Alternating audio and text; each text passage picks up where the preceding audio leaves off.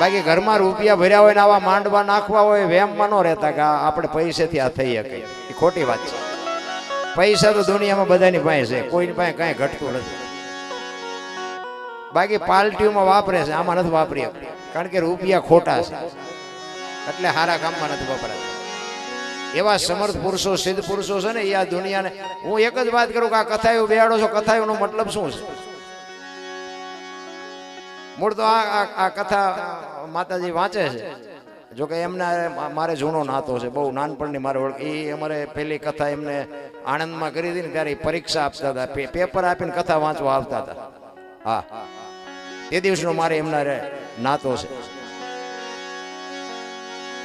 કથામાં વાત તો એક જ આવે ને કે આ દરજીનું કામ કર્યું ને ભેરવાન માર્યો ને ખેડૂતનું કામ કર્યું, ના કર્યું, ના કર્યું. એક ને સાંભળીને કામ શું છે? રામકથા હોય તો રામકથા હોય તો રામકથામાં વાત તો એક જ હોય ને. અયોધ્યા નગરી, દશરથ રાજા, 4 દીકરા, રામ વનમાં ગયા, સીતાજી રાવણ લઈ ગયો, હનુમાન ક્યાં ગયા, રામે રાવણ ને માર્યો ને લઈ આવ્યા. એક ની એક વાત સાંભળીને કામ શું છે એ મને નથી ખબર પડતી. એટલે કથા નો સાંભળવી, નો બેરવી, મારી વાતનો કોઈ ખોટો અર્થ ન કરતા. મારો કહેવાનો મિનિંગ છે ને તમે સમજજો. કારણ કે પાછા અમુક હું તું સમજાવે કે શું આ બધા ગાંડા છે, એવું નથી. કથા કરાવતો હોય કરાવજો તમતારે, પણ કથાનો મતલબ શું છે હું કહેવા ઈ માંગુ છું. આ કથામાં ફાયદો કોને? આ કથા સાંભળ્યા પછી આપણા ઘર સુધી જો કથા ન આવે ને આપણા ઘર સુધી કથા પોગે નહીં, તો આમાં ફાયદો કોને? મંડપ વાળાને, સાઉન્ડ વાળાને, કલાકારને, સાજીદાને, તમારા ખિસ્સા ખાલી થાય. આ બહુ મારી વિચારવા જેવી વાત છે. હું મને છે ને એક દી ઘરે નથી રહેવા દેતા. હું સાચે સાચું ઝાટકું છું ને તેમાં પણ નથી. એક દી હું 16 તારીખનું આમ નામ શું હળંગ, 16 તારીખ અને 5 તારીખ સુધી આમ નામ ખેંચવાનું છે. જીવવું હોય જીવીને, મરવું હોય મરી જવું, જે થવું હોય થાય, લડવાનું જ છે.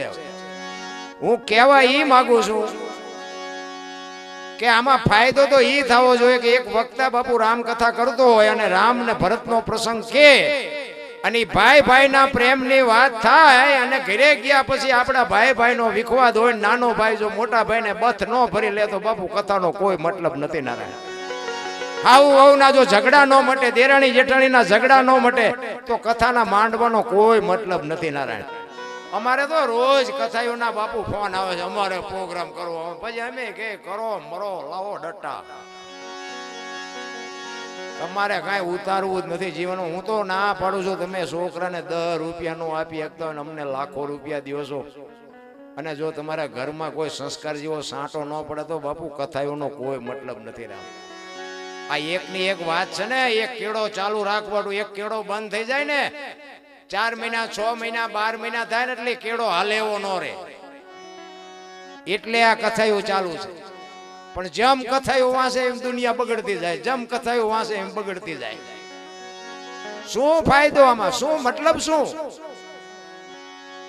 મારો કહેવાનો અર્થ એ છે કે બાપુ જો કથા જીવનમાં ઉતરે તો જ બાપુ મેળ પડે એવું છે. બાકી તો આ ભજન ને બધું છે ને કઈ સમજાય એવી વાતે નથી. અને એમ જો સમજાય જતું હતો તમે અમને બોલાવો નહીં ને, વાહ વાહ મજા થાય, સમજાય બમજાય નહીં. એક ભજન કે છે ને, એક વાણી તમે બધા સાંભળી છે, ભજન વિના મારી ભૂખ નો ભાંગે. રામદેવજી બાપાની જ વાણી છે લગભગ મારા ખ્યાલથી. ભજન વિનાની કે મારી ભૂખ નો ભાંગે, એટલે કોણ ના પાડે? કરવા માંડો ને. વાણી એવું કે છે ને, ભજન વિના મારી ભૂખ નો ભાંગે, તો ના કોણ પાડે છે? આ દુનિયા ઉઘાડી પડી છે ભજન મંડો કરવા. એવું જ છે ને, બીજું શું છે? એવું નથી. ભજન વિના મારી ભૂખ નો ભાંગે કોણ કે છે, કોને કે છે, શું કામ કે છે? આ સમજાય તો જ મજા આવે. અને જો સમજાવવા માંડે ને તો બંગાવું ન આવે ને ચાય ની જરૂર ન પડે ને સૂરજ નારાયણ ઉગે જો ભજનમાં બેઠા હોય તો. ભલા એમ નામ નાની વાત નથી. એક ગામની બાજુમાં કથા બેઠી હતી ને, એના એક ભાઈ હતા ને, એના ઘરવાળા એના વહુ કે બાજુના ગામમાં કથા બેઠી કે સાંભળવા જવું. એનો ઘરવાળો કે જાને હા જોતી નિરાય. જી આ બેન સાંભળવા. હા જે આવ્યા બેન સાંભળી કે કથા સાંભળવા ગઈ હતી કે હા.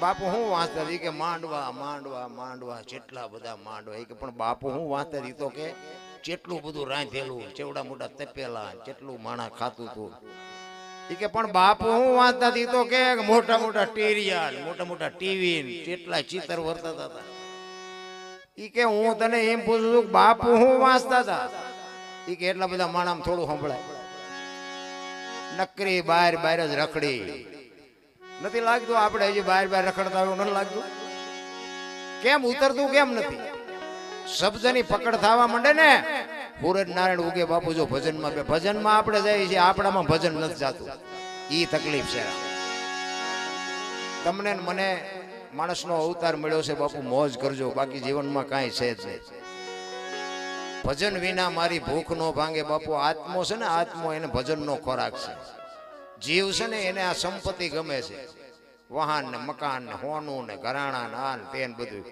આત્મો જીવને કહે છે તું આ રૂપિયા ભેગા કરવામાં રહેતો નહીં ભજન વિના મારી ભૂખ નહીં ભાંગે મારો ખોરાક ભજન છે આત્મો કહે છે જીવને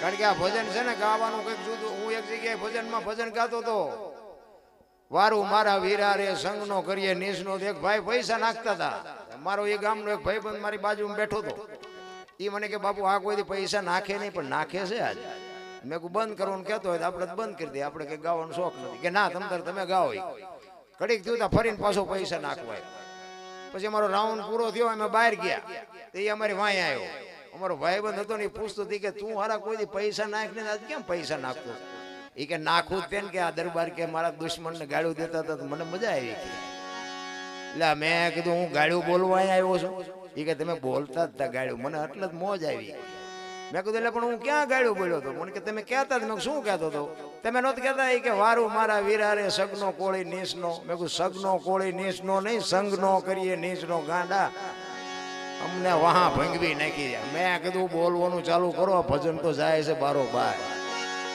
ભજન સમજાવી વાત જ નથી એની માટે સદગુરુની જરૂર પડે રામ તમે ક્યાંથી આવ્યા છો ક્યાં છો ને ક્યાં જવાનું છે આની ખબર ન પડે તો સમજી લેજો કે આ દુનિયામાં આવ્યા તો શું ન આવ્યા તો શું કોઈ મતલબ નથી નારાયણ રામદેવજી બાપુ એવું અદ્ભુત પાત્ર છે એનો જન્મ ક્યાં થયો અને બાપુ આપણી દુનિયામાં રામદેવજી બાપા જેટલું કામ કરે રામદેવજી બાપાનું કોઈ ગામ એવું નહીં હોય કે અહીંયા મંદિર ન હોય એનો નેજો ન હોય એનું મંડળ ન હોય તમે જો એનો જન્મ ભૂમિકા ક્યાં છે અને આ હું કામ આવ્યો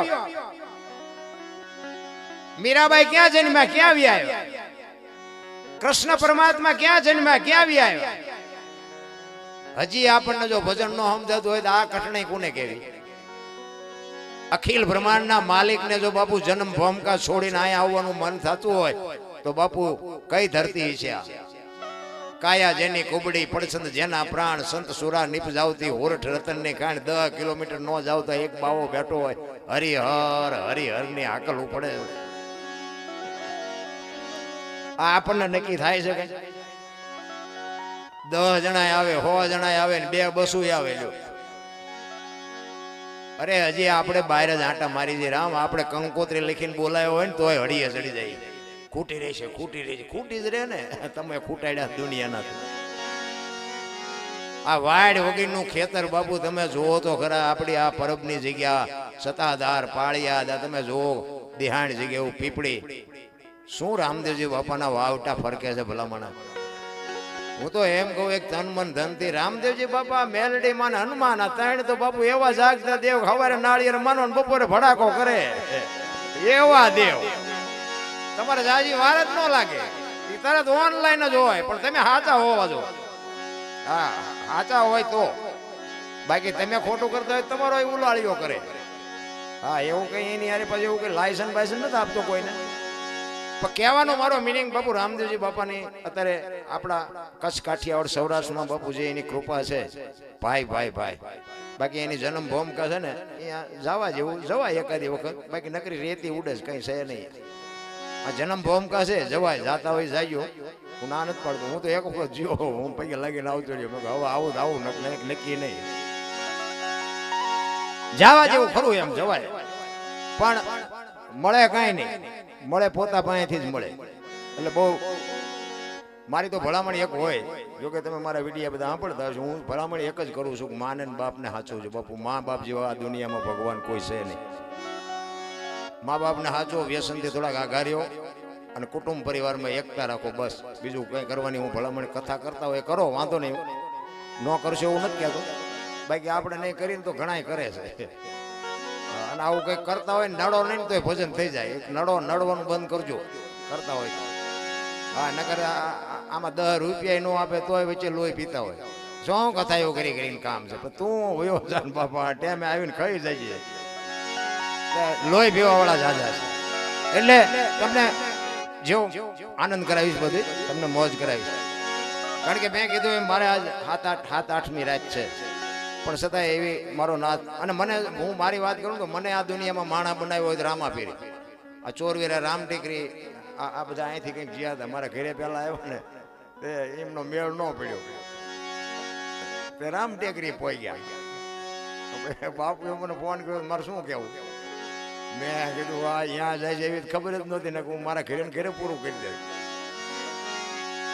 એટલે મારે ગણતરી નહોતી એટલે તમે ખોટા છો એવી વાત નથી, પણ મારે આરામની ગણતરી હતી કે મારે વચ્ચે કીધું ગેપ પડે તો કંઈક આરામ.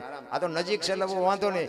2-3 કિલોમીટર જવાનું હોય ને પછી પાછો પલ્લો કાપીને આવીને પાછા કોક ને કોક પાછા ઘરે આવીને બેઠા હોય. એ હુવા નથી દેતા.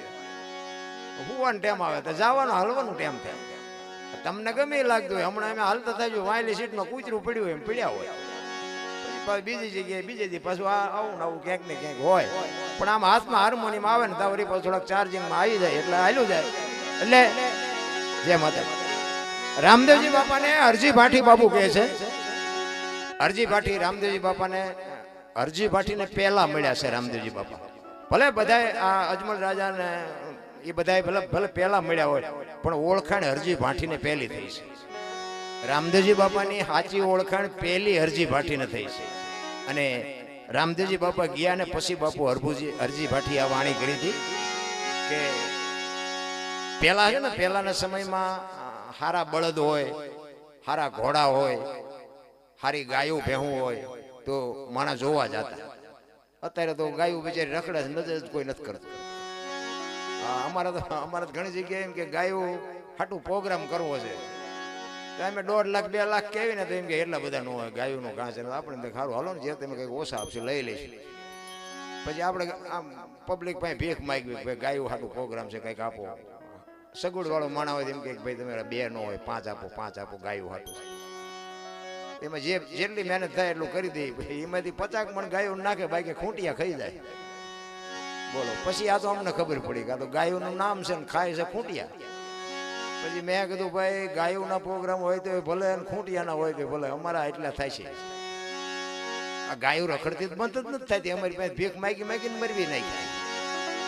આ બધું જાય છે ક્યાં? કોઈ મુકતા જ નથી. ગાયુંને નહીં, દીકરીઓને નહીં, સાધુને નહીં, બ્રાહ્મણને નહીં, કોઈ મોકો મળ્યો નથી, હટકાવ્યા નથી. પછી દાણા જોર આવે મતે અમને શું નડતું હોય છે, જોર આવો દાણા વેણ ને વાસા નો એટલે પાછા મથો.